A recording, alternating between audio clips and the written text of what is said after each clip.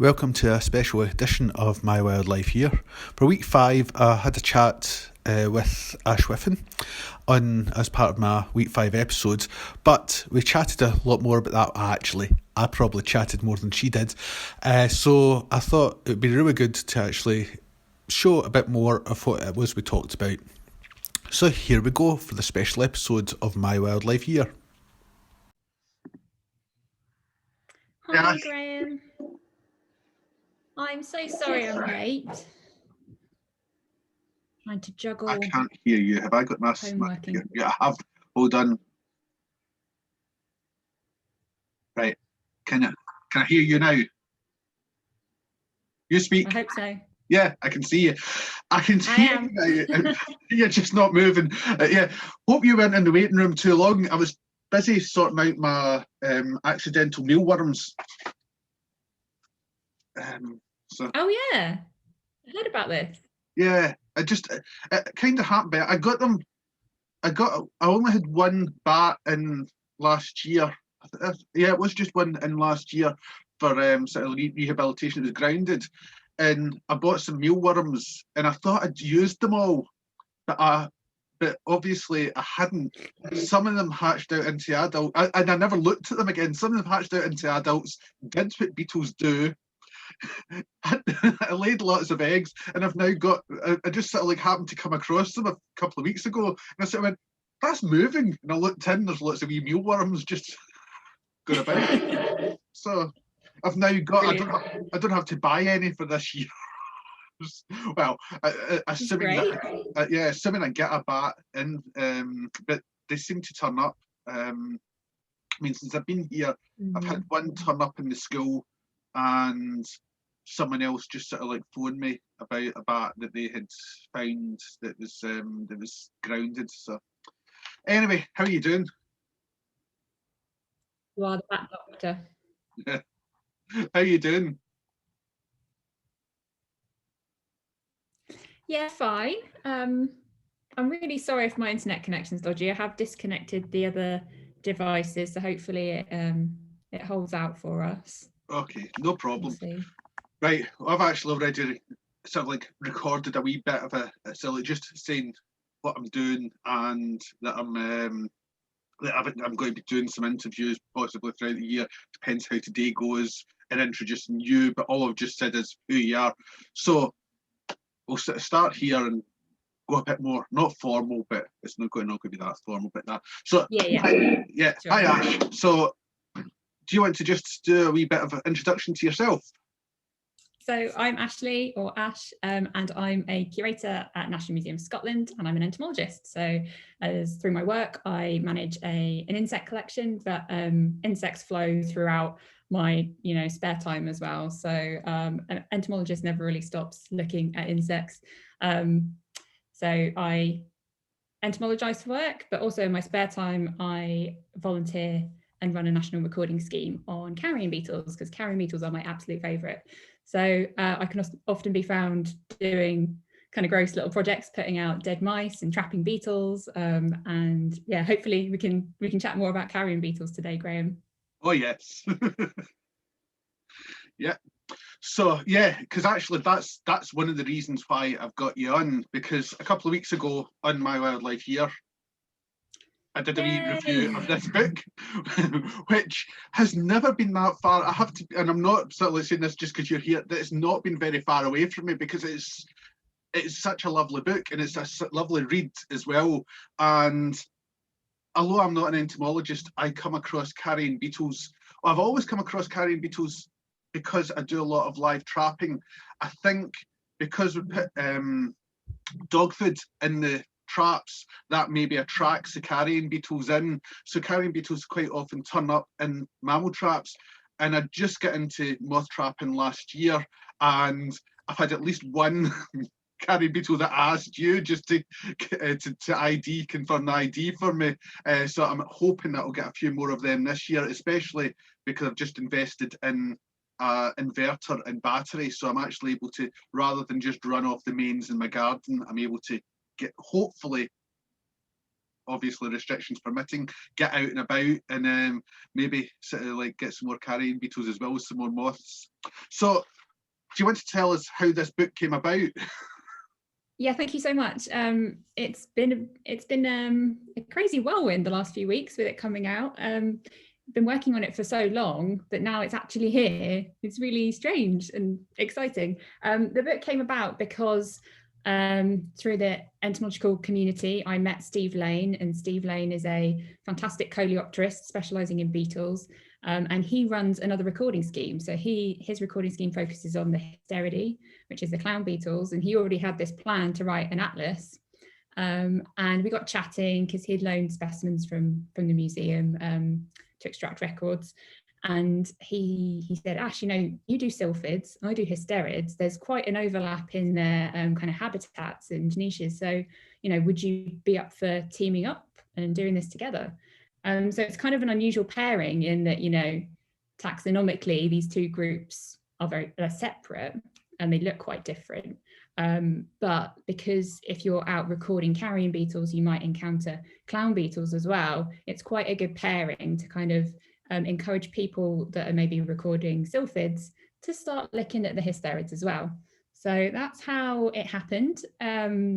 It's published by the Field Studies Council, and it was all thanks to BRC, so the Biological Records Centre. And it's been a real privilege. It's been a great opportunity to basically try and promote awareness of these cool groups, because they are brilliant, they're really fascinating. And hopefully the main aim is to increase the recording effort, to get more records coming in so that we can continue to learn more about these beetles and their distributions and their conservation status. No, it's excellent. I mean, I've tried and sort of like I'm actually, and I say this as an ex-manager of a local record centre, I'm a terrible recorder. I'm sort of like, you know, I'm always sort of saying to other people, record, and I'm absolutely awful at it myself. I'm trying to get a lot better. I've actually, because I've now given up full-time work, I've actually got a lot more time, and I'm actually able to spend some time collating my records. But certainly my records are certainly going to be finding their way to you, because I'll be putting in all my records at some point into the Wildlife Information Centre. And no, it's okay. Sorry, I just had to stop there. I had a thing flash up saying the connection was unstable, but we're back again. So yeah, so I'm really impressed with the book. I mean, it's a high standard of the sort of like, of not just of the writing, but also the photos in there and in the, you know, in the plates are absolutely stunning. I mean, I think I mentioned in my review about this sort of like, you know, but those plates are just huge. I mean, not quite often in sort of like, you know, in books you're sort of like, you know, having to sort of get out magnifying glasses just to see, because I suppose it's down to the number of species there are. Because you're looking at a slightly more limited number of species, you've got more space to make things bigger. So like, you know, which has its benefits. Because if you did it for other species, maybe the book could be a big tome. Sort of like, because if you made them all that size. But it's really a lovely book. And I think I gushed over it a couple of weeks ago, and I better not start gushing again on here. But yes, so but well done. Yeah, well done for it. I mean, you're right. You're right to feel proud about it, because it is just a cracking book. One question I always have to look up the answer to, and you might know. Carrion beetles often have, well, in fact, not you might know, you will know, sorry. Carrion beetles also have mites on them, and people always ask me about mites and that, and I can never remember what they're called. I know they don't do any damage, and actually, if I remember right, they're just hitching a lift, is that right?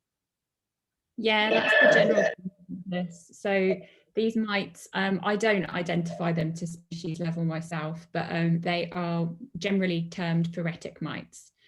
So this is this behaviour, this phoracy, where they are just hitching a lift on the beetle. Sometimes we refer to it as the beetle bus, because it's just transportation really.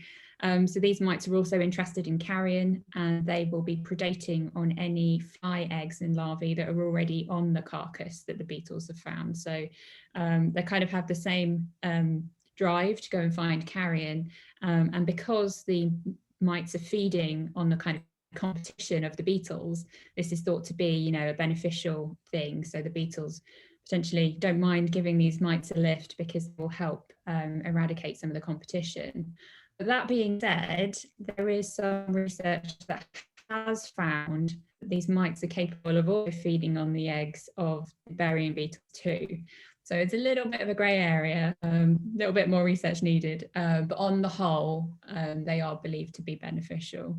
And so, yeah, if you encounter these beetles, the Necrophorus especially, at light traps around about, you will notice these really small mites, usually on the thorax and on the elytra of the beetle, but sometimes also on the underside.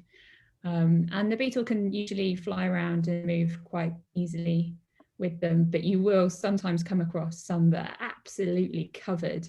And I think probably at some point it does start affecting the fitness of the beetles, but they're fine. Don't worry about them too much. Yeah. No, I mean, I always find it, because I remember the first time I found one, so I thought, oh, what is that? Because it was, like you say, it had just such a heavy load. I was thinking, how can you move around with that many mics on you? So, right. Is there anything else you want to say about carrying beetles? That can make identification. Just that the mites as well can sometimes make identification tricky, in that when you take your record shots, you maybe can't see like the bandings, the orange markings on the wing cases. But don't worry. So if you do encounter these beetles, obviously we'd love records for the recording scheme, and you can just take as many photos as possible from different angles. Even if it is really covered in mites, we will still be able to work out what it is. So don't worry too much. Yeah, it's certainly, at least in one occasion I can remember thinking, how's anyone going to identify this beetle with this many mites on it? Because it was just a bit sort of like, you know, just a bit covered on it, and you just think, you can't see just about anything of the beetle. It's just mite. It's yeah. Luckily, my colleague and I, so the recording scheme is run by me and Ash and Richard Wright, so a little team, and we've seen thousands and thousands of photos of these beetles out and about. So the recording scheme's generated like 30,000 records, and yeah, we could probably identify them in our sleep at this point. So yeah, don't worry if they're covered in mites. We've got a handle on it. Well, I'll put up a link to the recording scheme, and also the Twitter handle for the recording scheme in this video. Oh, that'd be great. Thank you. So yeah. So do you think, I know I'm going to ask a crazy question. Are we finished with carrying beetles? Because I know that you could probably talk all day on carrying beetles, but well, we couldn't not mention, Graeme, we could not mention why they're so special, right? Yep. Because I mean, I'm very, very biased, but I have good reason to be. That's because these beetles are so important. I mean, you don't see loads of animal carcasses out and about, is because of this community of eaters. So these beetles are unity along with flies and, you know, other scavengers, but they are really providing us a really important service by recycling all that nutrients that's locked up in decaying bodies. So really important, and also they're fascinating because the burying beetles, the Necrophorus species, they have this amazing parental care. So both male and female will care for the young. And obviously we've detailed it a bit more in the book, but this is really unique amongst insects, because most insects you would find just, you know, especially the non-social ones, will lay an egg and kind of leave, let the young defend and themselves. Beetles will pair the carcass and then directly feed them in a kind of nest setup, just like birds. So they are feeding on the rotting flesh and regurgitating to the kids, which is great. Yeah, that's lovely.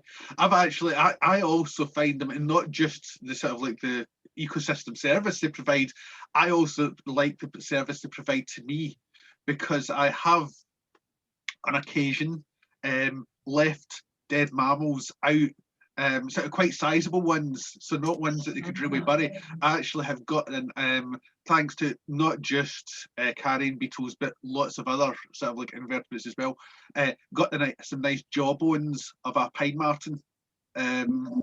So because which were cleaned up quite well. Unfortunately, the skull, it was a car impact, so the skull itself wasn't in a good condition, but I did manage to at least get some pine marten jawbones, which I was really pleased about. And I've got to thank the carrion beetles and also all the other invertebrates that did their job. Yeah, they did, yeah. So yeah, no, that's really great. I'm really pleased that sort of like you've actually come on to sort of like champion carrion beetles, because I'm, I come across them and I know how sort of like, I've had to, when I first came across them, I didn't know what it was. I just thought, oh, there's a really colourful beetle. And it wasn't until I started to research and I found out what they were and what they did, and the interesting life cycles to them. And I found out even more now I've actually got a book to read about them. So it's really, it's really great to be able to, find out and share to a wider audience. Hopefully there'll be at least a few people will watch this video. So hopefully, and I have to admit as well, I'm hoping that having you on and be able to drop your name in social media, that a few more people might watch the video. So yeah, I am happy to help in any way, Graeme. Thank you. Yeah, so I know that you've got other projects, and one in particular that I really want to talk about. It's literally, I mean, this was hot off the press a couple of weeks ago, but you've got another project that's literally hot off the press. Is it 2 days old? Yeah. Do you want to tell us about that one? It was just a little thing. Honestly, Katie and I, so Katrina Dainton is one of my very good friends, also another entomologist. She works with Forest Research. We're a great support system for each other because we're both nature mad, mostly bug mad, but we in normal times would be going out on little adventures out of Edinburgh, going on good hikes and recording and observing nature. And we both find it really helps our mental well-being, and just generally makes us happy. So obviously at the moment we're not able to meet up in the same way, go further than our little 5-mile radius and things. So we've been struggling a bit, both missing families, things like that, and just feeling a bit flat. So she said the other day, why don't we do a challenge? Why don't we do something to distract ourselves, give ourselves a little boost, something nature themed? And she straight away listed 4 or 5 different themes, and then asked me to come up with a couple more, so that we would set each other a challenge each day, whether it was to observe something on our local walk, whether it's to do some reading around that subject, or to do something artistic. So that's it really. And we've called it the February Nature Challenge, and we're going to do it every day throughout February. It kind of became a bigger thing in that we told everybody else we were doing it, and thought if it helps others, then get involved. So we have encouraged others, and it's been really lovely that other people have been joining us. Yeah, been some great photos. And I was out yesterday taking photos of lichen, because yesterday was lichen day. I'm trying to think, it's Friday, is it insect day? It is. It's insects on Friday. Yeah, so I'm going to have to go out and get some insects. And of course now because I've got 2 Instagram accounts, my own personal one and my Wildlife Year one, I'm having to make sure that I get two quite, well, not quite different, but 2 different photos. Although for lichens it was so easy. There was so many lichens. I mean, within 5 minutes I had several different species of lichen. Yeah, I actually picked lichens because they're something that always fascinates me. I think they're absolutely fascinating, but I know very, very little about them. I feel like I fill up my headspace with as many insect names and information as possible. So I like worry that learning something new is going to push that out. But yeah, I really want to learn more about lichens. So this is kind of dedicating that little bit of space for me on that day of the week on a Thursday to do a little bit more reading. And I've bought some new identification guides and things. So hopefully it's a bit of motivation, really. Yeah, it's funny you should say that about pushing out your head. A few years ago, I had went on a lichen course and I learned a few lichens, and so like I was able to identify some of the common ones. I can't now, and that's exactly what happened. Is I got so much other stuff in my head that lichens get pushed out, and it's sort of like that, and that's how I described it to someone yesterday. I'm sure that's sort of like I used to know them, but they just get pushed out, and I'm hoping to get a few more back in again, just the same as you. So I'm really pleased that you chose lichens, because I mean I went. Oh, good. Yeah, I literally the sort of like the. I posted some photos on Instagram and my own account yesterday, and there's a couple that were on stone. That was actually the stone steps that were like 2 feet, if 2 feet away from my back door, and you know, and there was lichens there. I was literally straight out my back door, and there was, oh, there's some lichens there. So they're just everywhere. So good choice. Thank you. Yeah, I hope it definitely made me notice things like right on my doorstep. So I'm really lucky that I live right opposite a park. And so I just went out and looked at the tree trunks nearby, and I was amazed at the diversity and the colour and structures of these beautiful lichens. So yeah, hopefully it's given some other people something fun to do as well. Yeah, well, and I checked out the hashtag, which I'll pop up in the screen just now so that folk know it. And I just checked out yesterday, and there was, you know, there was quite a fair number. And also, the other thing I've actually also got to thank you for is I followed a few more people because of it. Because I looked and thought, oh, that's it. And then I looked at the rest of their feed and thought, oh, this is a really interesting person. I'm going to be following them. So it's actually a lot more than just giving some people to do. You're also actually, well, from my point of view, helping make connections between, you know, people that actually also have a passion for wildlife, which is really great. And we have to do, well, we have to, this time, I've got to hold up my hand and say, I'm suffering something I'm calling lockdown guilt. And that's not, that it's not because I'm feeling guilty about not doing things during lockdown, because actually I've been really busy during lockdown. What I'm feeling guilty about is not struggling during lockdown. I've actually found it really, you know, quite beneficial to me. But I think that part of that is probably because I've had a rough few years and my mental health wasn't great a few years ago, and that, and I had a breakdown, and I've suffered from depression and stress. And actually, lockdown has been a bit of a respite for me, and I've actually got on and done a lot of stuff that I've been wanting to do for years. And it's like, you know, so I've been suffering this sort of like, I think it's lockdown guilt of sort of like, you know, because I've been going on so well, and that's actually where this sort of My Wildlife Year has also come from, because I want to sort of like, you know, if I know that others are struggling, and if even one person benefits from me doing this, and it's the same with your nature challenge, February Nature Challenge, if just one person benefits from it, it's worth doing. It really is.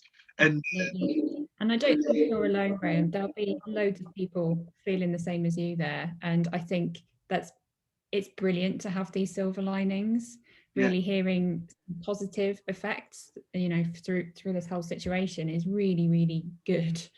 And I'm glad that you're having a good time. Definitely brings a little tiny bit of balance to all the other stuff that's going on. Yeah, brilliant. And I hope your project does reach other people and bring them a bit of joy. Yeah, well, I mean, I've just sort of like, you know, it's taken me outside my comfort zone.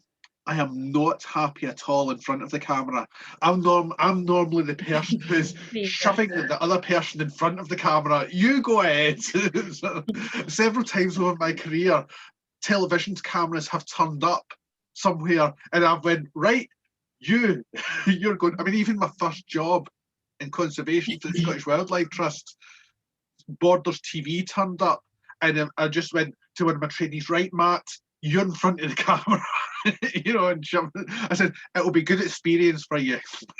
So, I mean, there was, I was being serious there, but I also just didn't want to be in front of the camera myself. And I've had a couple of bad experiences in front of the camera.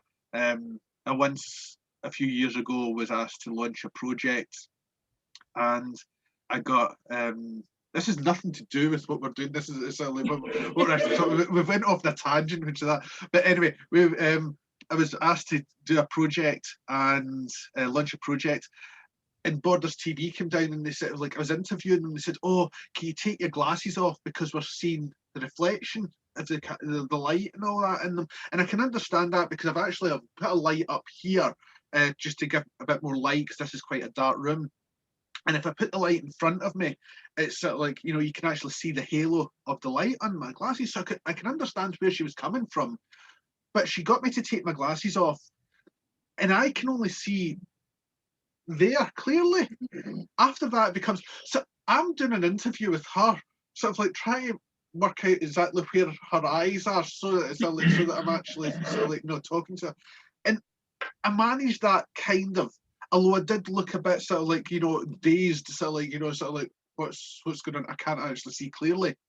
And then she says, and I can't remember what they're called, it's set-up shots. I don't know, have you ever done an interview where they've wanted you to do a set-up shot before?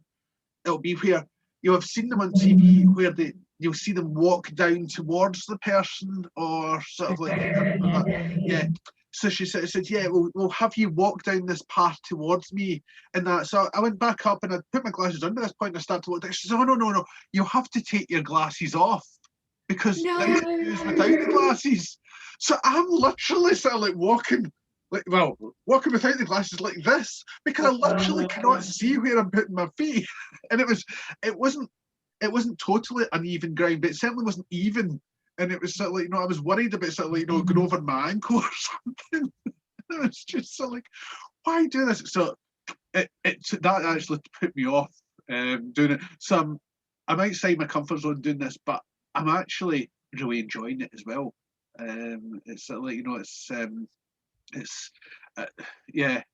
I mean, you know, and I'm really pleased to be able to do things like this as well, talking, you know, to you, because it just sort of like, you know, it fills up the content really well, and I don't have to do a lot of work for it because you've done all the infusing.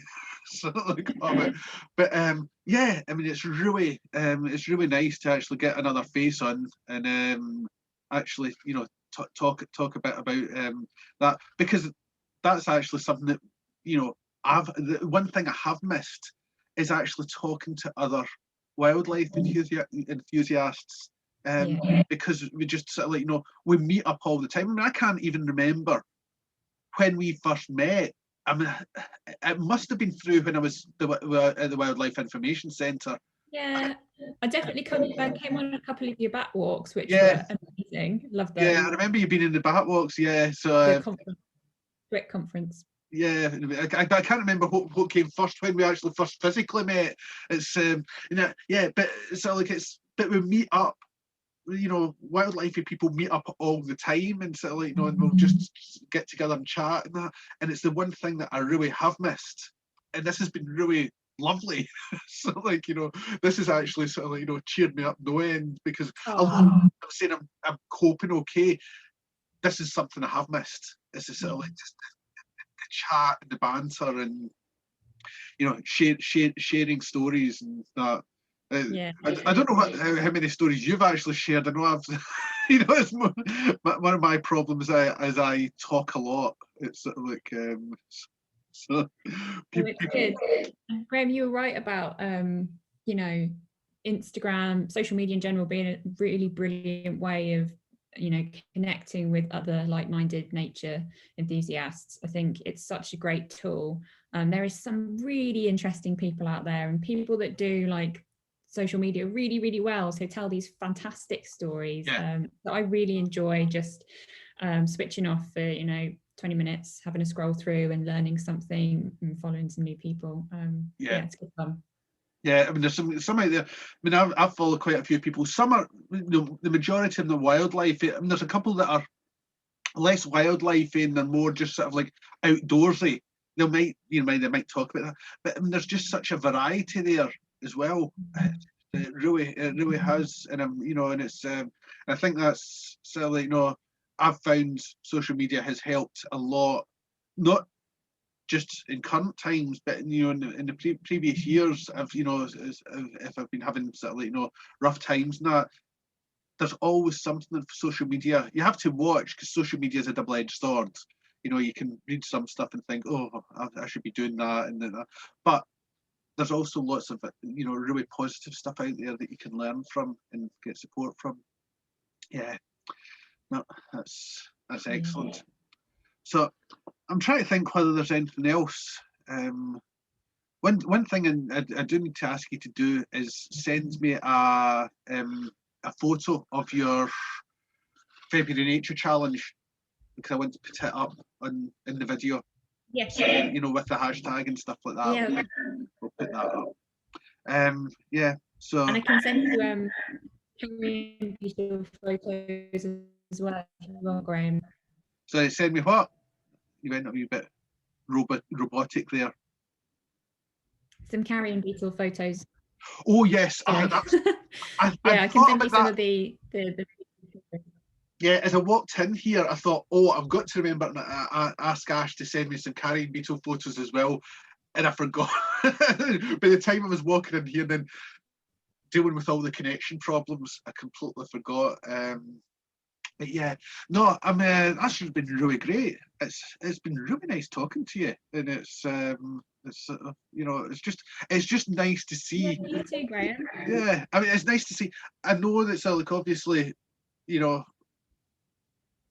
my family, I adore them, but they don't really get the wildlife sort of stuff. They just like that, and it's just nice to actually be able to chat and not be messaging. I mean, messaging's fine, sort of typing stuff now, but it's really nice to actually be chatting. That. So yes. So absolutely. We look forward to the days when we can do it again in person. Yes, I mean, I'm field meetings and go on back walks. Yeah. I would love to actually later in the year. I'm hoping restrictions will allow you'll be lifted by that point. Maybe actually get you on again in person with us actually being a couple of meters apart rather than opposite ends of a webcam. But yeah, I mean, because it would be really good to actually get some, see some live carrion beetles and that. Because I'm getting better at the outdoor filming as well. I even have I've got a wee digital technology has come on so much. I mean, you've got a wee digital camera that just fits in your hand like that, and it's even got a wee miniature dougal. Do you know what I mean when I say a dougal? So a dougal is the in sound things. I've got a couple of friends that work in sound things. Now it's a big furry thing. Yeah. For the sound now. Well, I've got a wee one that fits over and it just stops all the wind noises as you're filming. I mean, when I first got the camera, I forgot all about it. When I first took it out, and I videoed something outside without it, and it didn't seem that windy. But when I came back, you could barely hear my voice, and then so I had to go out and do it again with the dougal on, and it was just perfect. And that was for the what was that? That was for the small mammal workshop that I did for Twic last November. I basically did it in Zoom, but what I did was I recorded everything. So I did about an hour's worth of recording, or I edited together an hour's worth of video for them to play during the workshop, and that freed me up to then respond. So people, as they watched the video, could also message me, and I could actually respond to messages as the video played as well. And it worked really well. I'm actually tempted to do some more workshops like that because it means that's a really nice idea, actually. I hadn't thought of doing something like that at all, because I've done a couple of workshops now that have been through Zoom or through Teams. Yeah. Best one I did was where I was able to hook it up to the microscope and show specimens in real time, and then you can actually point out certain features, which is much more engaging for participants than just showing photos. Yeah. So yeah, incorporating videos is a great idea. Yeah. Well, I might nick that one from you. I was going to say, if you're interested, I can send you the link to the. I think I've got the videos, and I think I uploaded it to YouTube. It's a private thing. I can send you the link so that you don't have to watch the entire video, obviously, but it shows you the sort of like how I did it. Sort of like, you know, because I was able to, like, you know, over certain bits of it, you know, put some text and sort of like explaining what I was doing, or a couple of times I did make a mistake, I think, and I just sort of corrected myself in the text. It's sort of like, you know, and it worked really well, and it meant that by the time we got to the Q&A bit, most of the questions had actually been answered because people had texted it, you know, sort of like typed it in, and then I'd responded. And it also meant that, you know, a lot more questions were able to be asked than would normally be asked, because, you know, in a workshop you've always got a limited time at the end for Q&As. Well, probably we had, I don't know, probably at least an hour's worth of Q&A questions, I reckon, especially how long it takes me to answer a question. So, you know, in that time. I mean, there was still, don't get me wrong, there was still some questions at the end as well, but there might have been some that people might have thought about it during the recording, the video, but then forgotten about it by the time it came to the Q&A. But because they did it that way, they were able to answer it straight away. But yeah, I'll send you the video link. I've got it somewhere. Yeah, I covered, I think I did small mammal trapping, which I used a video from about 3 or 4 years ago for that, just so that I wasn't having to go out and do it all again. I think the only thing that I did new outdoors was mole trapping, and I actually managed to catch a mole, which I was over the moon with. I am gushing over a mole in the video. Oh, amazing though. I've only seen one close up once, and it was our cat at my parents' house was really making a fuss of something in the lawn. We realised it was a mole. And yeah, we managed to get it out and then went and released it in the nearby woodlands. It was amazing to see it up close. Their claws are, very impressive animals. Yeah, I mean, I love moles because of just sort of like the one I really like talking about, because it's silly, especially with kids, because you can. I always like sort of facts that are sort of like a bit sort of like either are a bit funny, because kids remember them, and because if they remember those facts, they also remember some of the other facts. You probably find that actually maybe with carrion beetles, if you're talking to kids as well, the same. If it's, you know, because you're talking about dead things and stuff like that. Well, with moles, my two facts that I love is, if the mole's not hungry but it catches a worm, it nips the head off the worm, digs a wee hole and drops the worm in, and the worm will stay alive for a wee while before it dies without a head, and it'll go off, and then it'll expend some energy, be a bit hungry, and it'll come back and eat the worm, or what worms, there's actually several of them. But my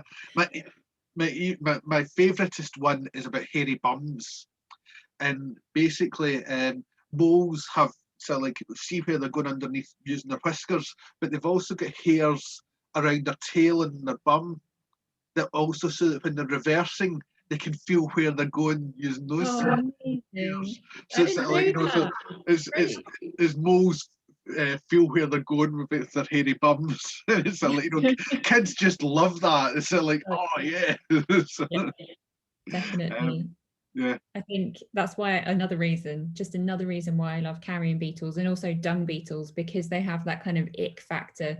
Kids really get that. They really, it sticks with them, doesn't it? Yeah, the ick factor, if you've got that, you can get it. I mean, I think the best one I ever remember was a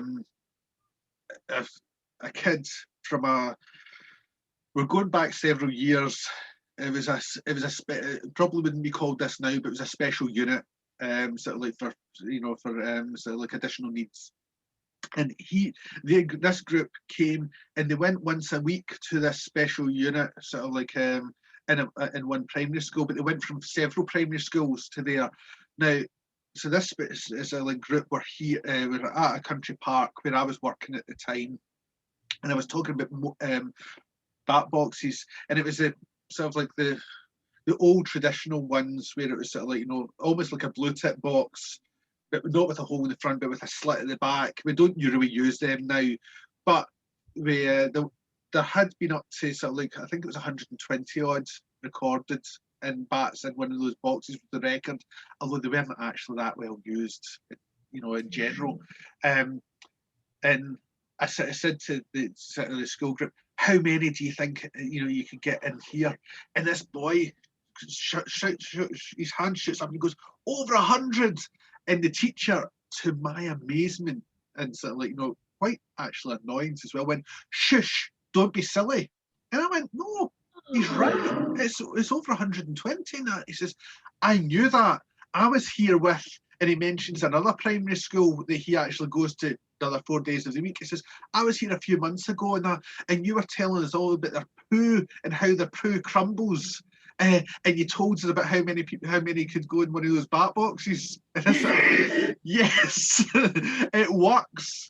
Telling them about the poo, it made him remember about the bat boxes. And it's just sort of like, it was really, it really cheered me up. But it also really annoyed me that the teacher just told him to be quiet.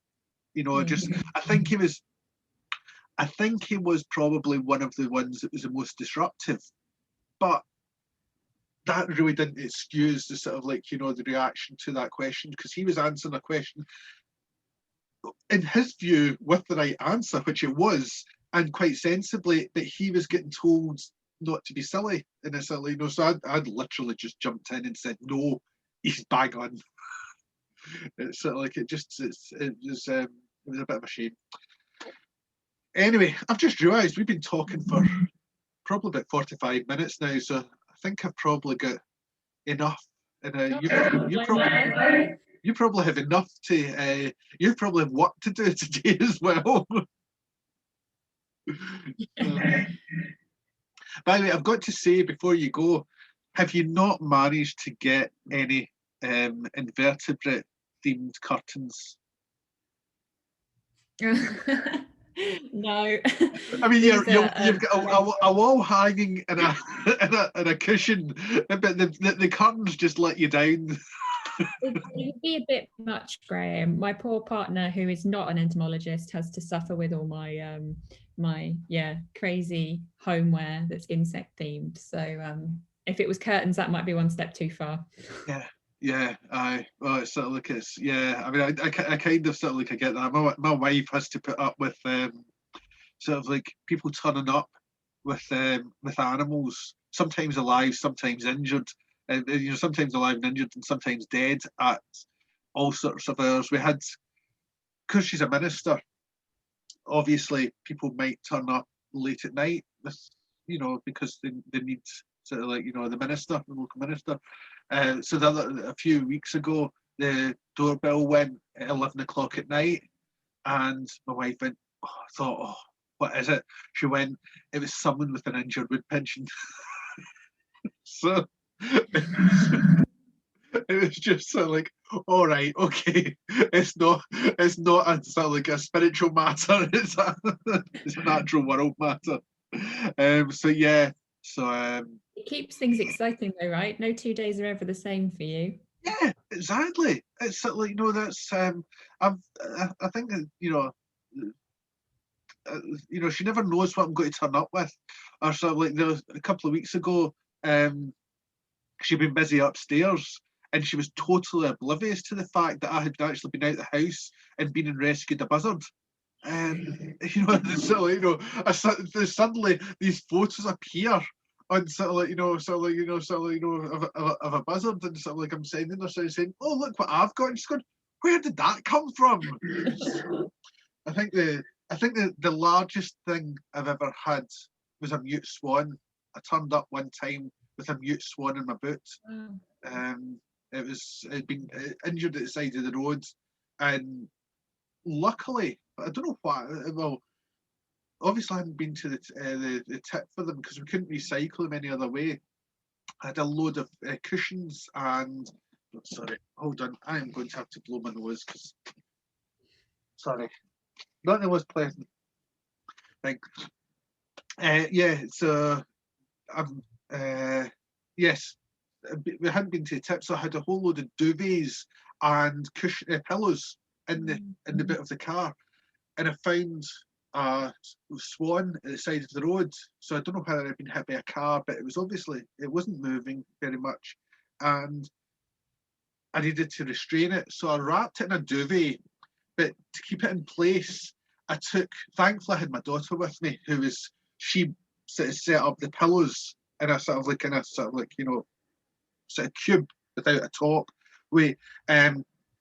I took off my belt in the middle of the road, put it round the duvet and secured the swan with it, popped it in the back of the car. So we got home and we go in and I sort of say to my wife, "Oh, you want to see what come out to the car now?" And she knew straight away. She says, "What have you got in the car? Is it alive or dead?" I said, "Oh, it's alive." And she just could not believe that there's just. She was expecting something quite small, I think, and it's just this massive mute swan just sitting in the boot, just looking at her. But I know my limits. Like the buzzard, that was an SSPCA job. I'll do sort of like small scale rehabilitation. I can manage to do most things. Bats and some birds and that I'll give a chance to, but as long as it's sort of like, if I reckon it's something I can deal with myself, I'll try and reduce the stress to the animal by keeping them here. But if it's something like the buzzard or a swan, it's off to a rescue centre. Anyway, I've talked again. I've got this terrible habit of doing that. Well, you've been in my bat walks. You can see how much I can talk on one of them. So anyway, but thanks, Ash. I've really enjoyed this. As I say, it's not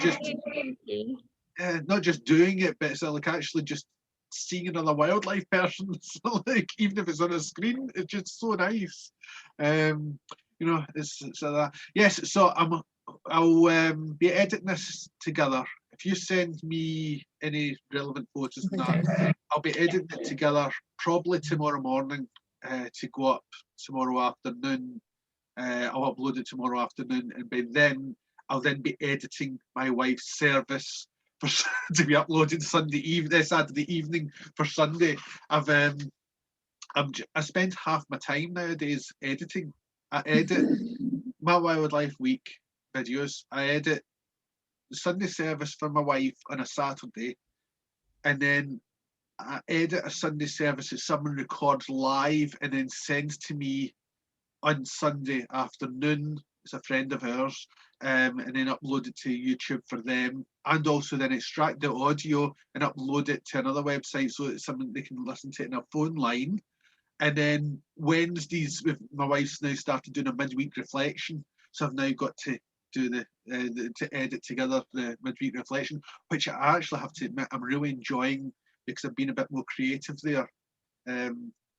Where she's talking over it, but we've got sort of like some nice music in the background, and then we're putting videos. She's still talking, but putting videos over the top, and it's actually quite nice, quite nice. And I've learned so many new skills during lockdown. I didn't know how good. Well, I'm not great at video editing, but I'm okay.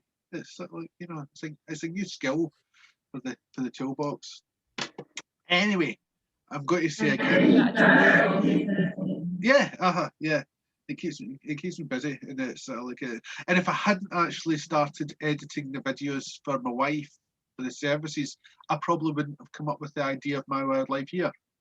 It was because I had done. I might have come up with an idea of what to do, but I might not have actually thought about the videos because I would have just thought that's too much hard work.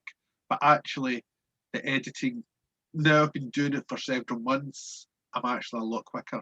If I'd started off cold in January, trying to edit together, together videos, you'd have been lucky if it was halfway through January before my first one appeared. Because it's sort of like, it takes a wee bit of time getting used to. Yeah. Anyway, I'll let you go. I'm finished. Oh no! Do you know what? This is sort of like, this is the small things in my world that cheer me up.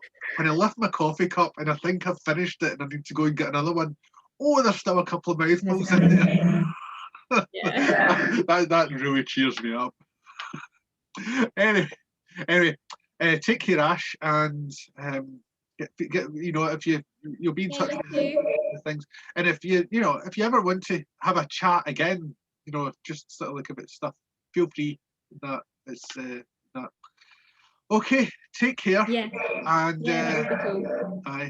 have a good day. Yeah, Probably see each other later on Nick's live, Instagram live. Yeah. Right? See you then in the sort of virtual way. Right. Take care. Bye bye. Yeah, in the virtual. Have a good weekend. Right, you too. Bye bye. If you're wondering who Nick, Ash and I were just talking about, it was Nick Baker, broadcaster, author and naturalist, who during the week, most Monday to Fridays, unless he's too busy doing something else, at 5 o'clock at the moment, he's going live on Instagram. So if you follow Nick_Bug_Baker, you'll get notifications of when he goes live, and you can just come along. Basically, Nick chats, people message him with comments, questions, and we just have a bit of a laugh and find out new things. Nick normally has a daily book recommendation, and also a mystery object. Sometimes it's Nick that supplies that, sometimes it's someone who is online at that time, and Nick also occasionally has people come on as guests. So if you haven't already discovered Nick Baker on Instagram, now is a good time to do it.